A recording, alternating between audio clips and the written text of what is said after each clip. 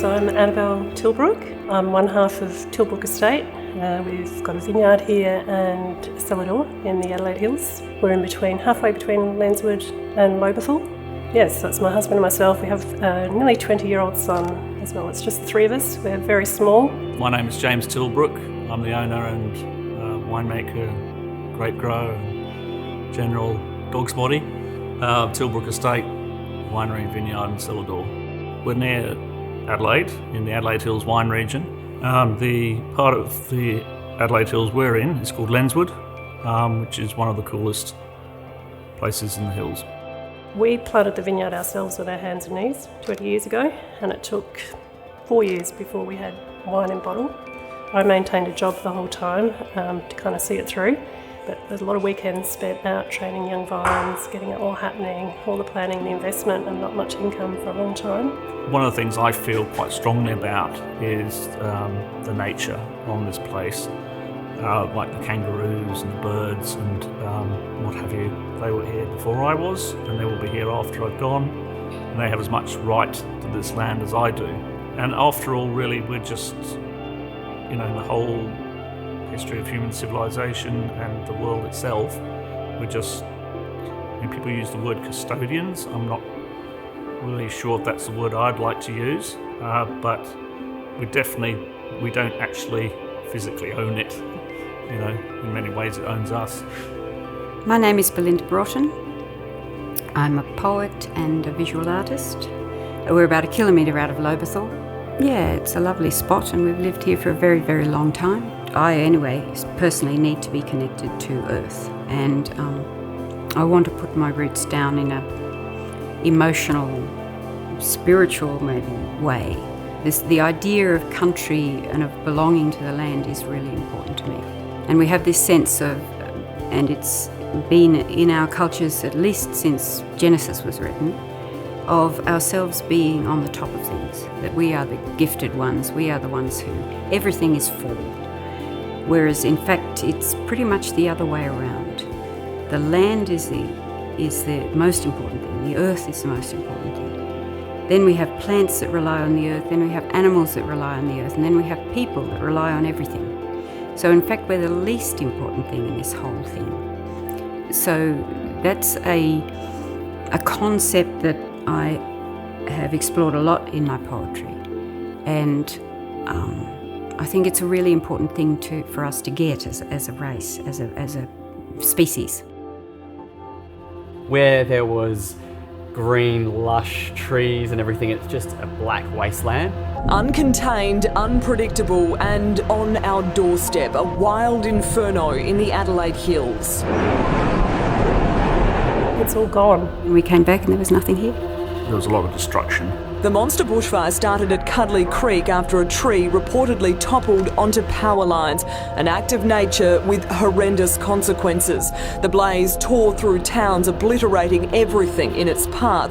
Lobethal, Balhanna, Nan and Mount Torrens all in the line of fire.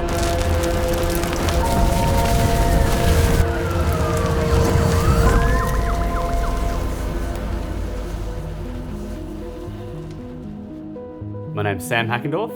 I'm a lieutenant here at Burnside, CFS. CFS is a fire service that's responsible for responding to emergencies relating to life, property and the environment. So I was the officer in charge of Burnside Pumper. We're in a strike team and we were basically tasked with asset protection at the fire.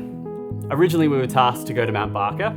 On our way there we were calling up to see who we were going to report to and see who was going to give us further direction. But as the fire evolved, communication got very difficult because there's obviously a lot of people on the radio at once. There's black spots as you go through the hills, so you can't always get great communication. So we ended up heading through, I think it was Lobethal Road, as we started to hear calls for help over the radio from other CFS crews. We were just, as we were coming closer in, we were listening out for where people were, listening out for where they needed help, and we just headed towards there. We didn't get the whole way in because the road got overrun by fire, so we had to kind of stop where we were. We kind of had 3 houses to pick from that were under threat, so we picked the one that looked like the best defendable house, and we parked up there and defended that house from the fire. every fire teaches you something, and if you don't take something away from every fire, you're not learning, you're not developing. But I think when you drive past a house that's on fire, it changes your perspective a little bit, because you kind of go, that's not normal. You would never ever drive past a house that's on fire and say, we don't have time for that, we've got other more important things. So I think when you come back and you do go to a house fire that's here, you kind of go, hey, we can save this house. We can certainly save this house, but on days like Cuddly Creek, you can't save them all. You scratch your head sometimes and you go, how did that house get saved and that one didn't? It just doesn't make any sense. And you go, this family's going to come home tonight, see the house burn, and their neighbour's going to be there, absolutely fine. So it's hard work.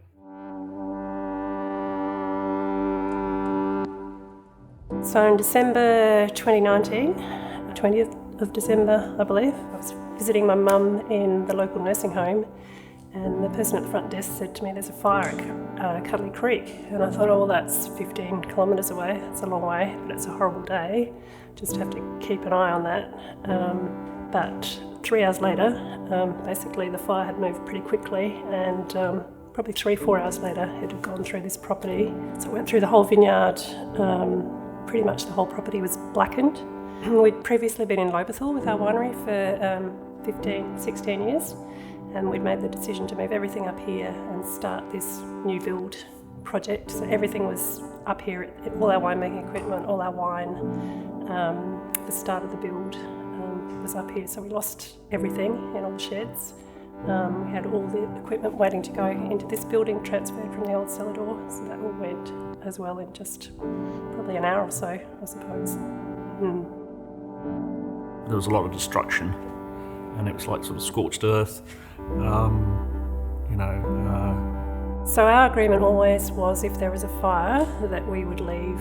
So on that morning, my son and I and the dog did leave. We went to Mount Barker without much of a plan after that.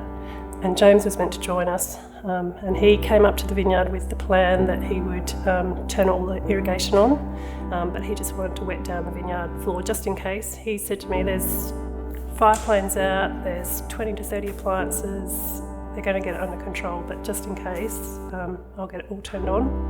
And he was just about to flick the switch when SA Power Networks disconnected the power. So then he was here by himself, with no power, not a lot of firefighting equipment. So he did make the decision to leave after that point in time. The CFS couldn't be everywhere, so it just wasn't safe. Already the roads were cut off in that direction. I lost contact with him for about 6 or 7 hours. He stopped and helped other vineyard owners on the way home.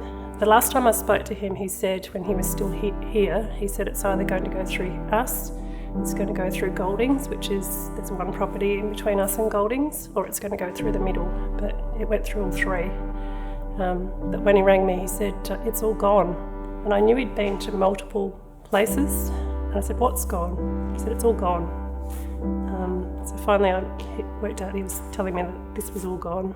A fire started about 5 kilometres that way and burnt across behind us, and then in the afternoon it came back, the wind changed and it came back and took our place, the neighbour's place, and basically everything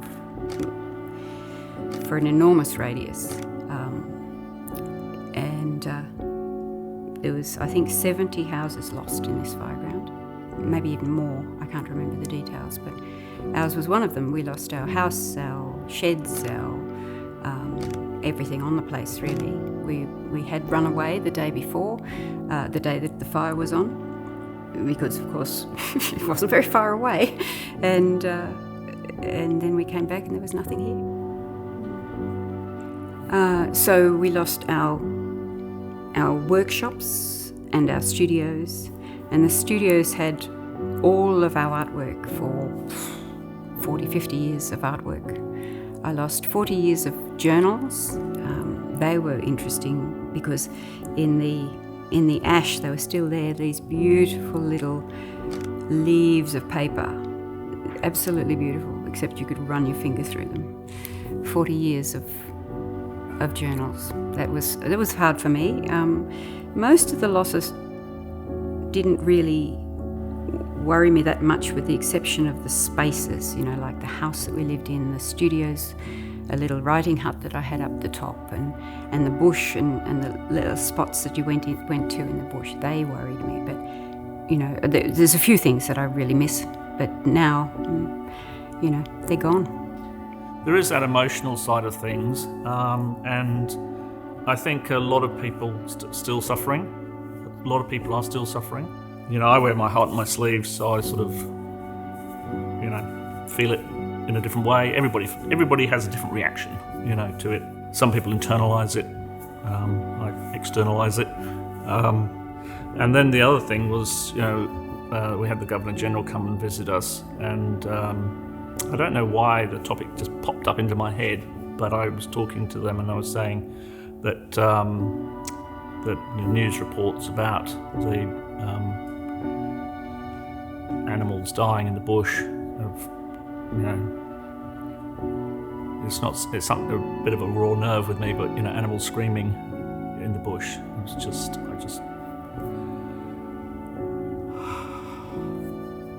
yeah.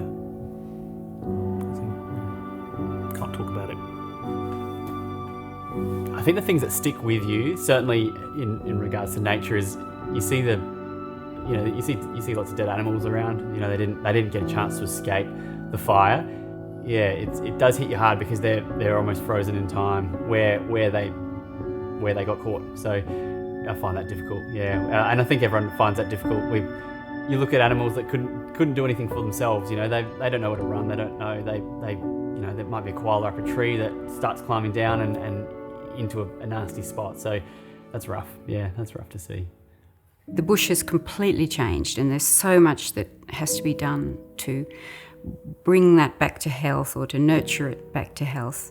What happened was not just our fireground, but Kangaroo Island firegrounds and all of those firegrounds in the eastern states. It was huge. You know, the atmosphere was changed by it. New Zealand had red skies. It was so massive. Yeah, so the whole world was looking at it, and we realised that all of these people cared for us, and a lot of them wanted to know what was going on and how we were coping.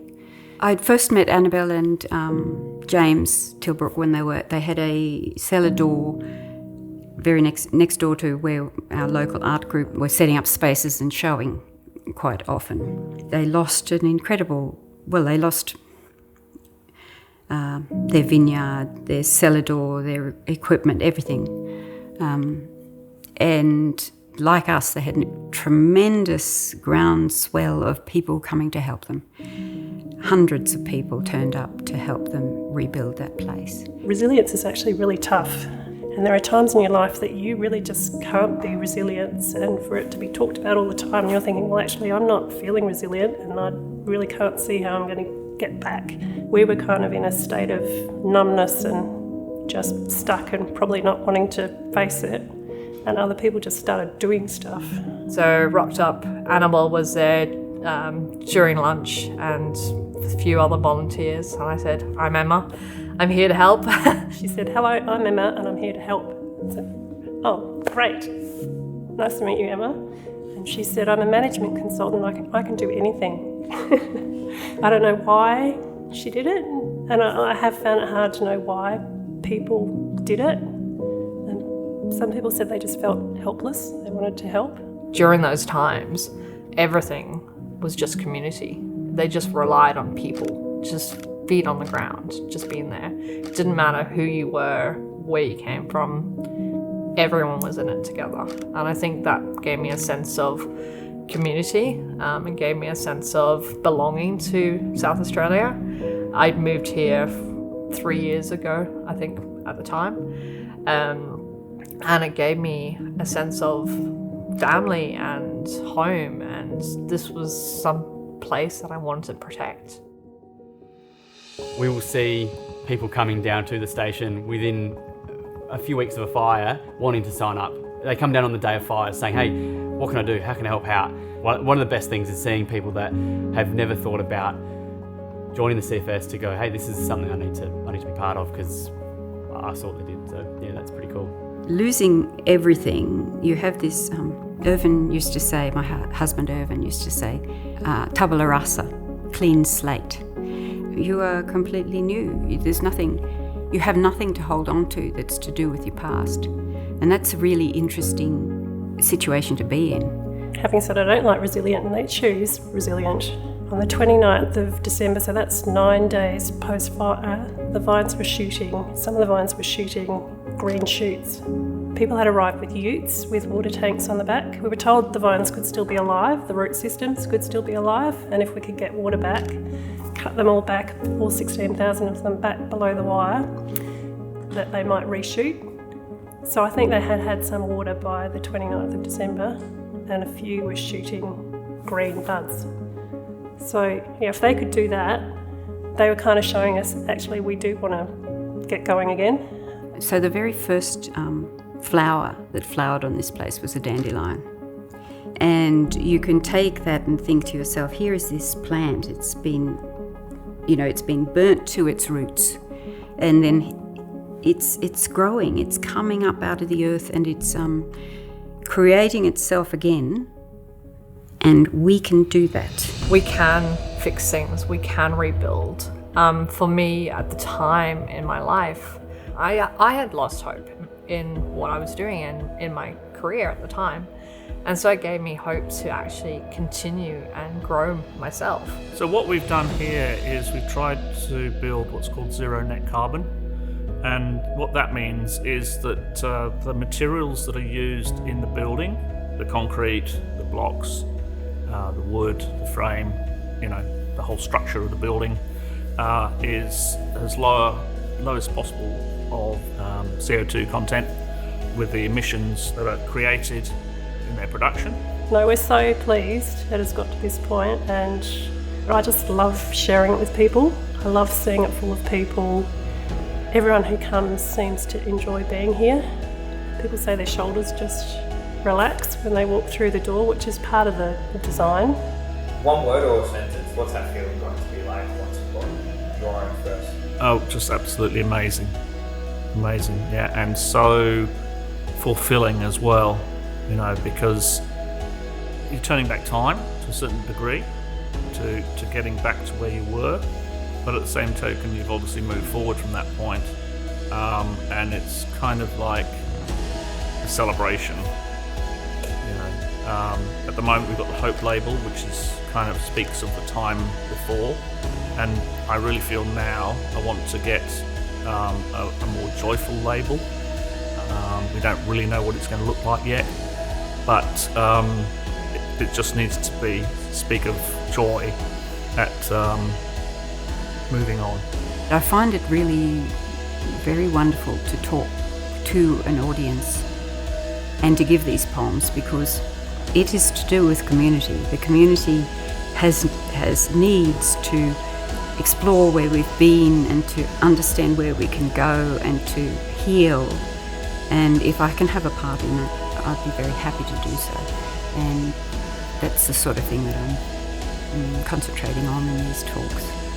Given all the community support we've had, in combination with my background, I just think it's a way we can start to give back to the community as well. And this exhibition that we've got at the moment is also part of that same thinking, is that, can this be a place to somehow bring that community that helped us together and be a place where people have well-being and a positive place. Out of the black, this beautiful place has come, and we want to use it for a good purpose. Sometimes when I despair at this view, this beautiful, wide view that once was the intimate domesticity of trees, I go and lie down under the blackened corpses of giants, among the ground covers and mosses, the lilies and weeds. And I feel their thrum of life, their steady growth, their complete lack of judgment or grief, and I think that I too could be as simple as that, and I too could just get on with growing.